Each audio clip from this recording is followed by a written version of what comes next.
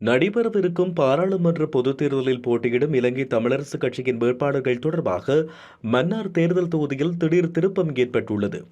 தமிழ் கட்சிகளுக்குள் ஏற்பட்ட குழப்ப நிலை காரணமாக பிரதான தமிழ் கட்சிகள் பாராளுமன்ற பொதுத் தேர்தலில் தனித்து களம் காண்கின்றன.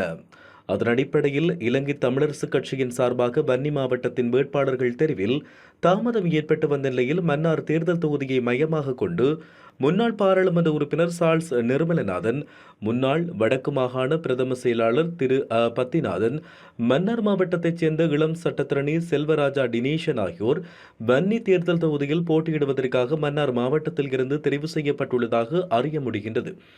இந்த தெரிவுகள் யாவும் முன்னாள் பாராளுமன்ற உறுப்பினர் சட்டத்தரணி எம் ஏ சுமந்திரன் இன்றைய தினம் மன்னார் வருகை தந்து வேட்பாளர்களை இறுதி நிலைப்படுத்தியதாக தெரிய வருகிறது.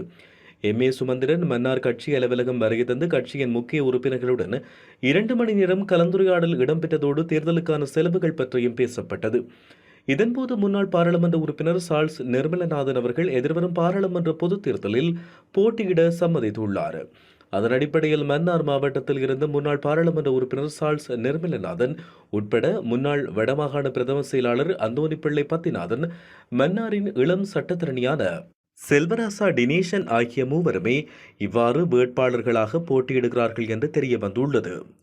முன்னாள் பாராளுமன்ற உறுப்பினர் சார்ல்ஸ் நிர்மலநாதன் எதிர்வரும் பாராளுமன்ற தேர்தலில் இளைஞர்கள் மற்றும் புதியவர்களுக்கு இடம் கொடுக்கும் வகையில் இந்த தேர்தலில் இருந்து நான் விலகுவதாக ஏற்கனவே அறிவித்திருந்தமை குறிப்பிடத்தக்கது.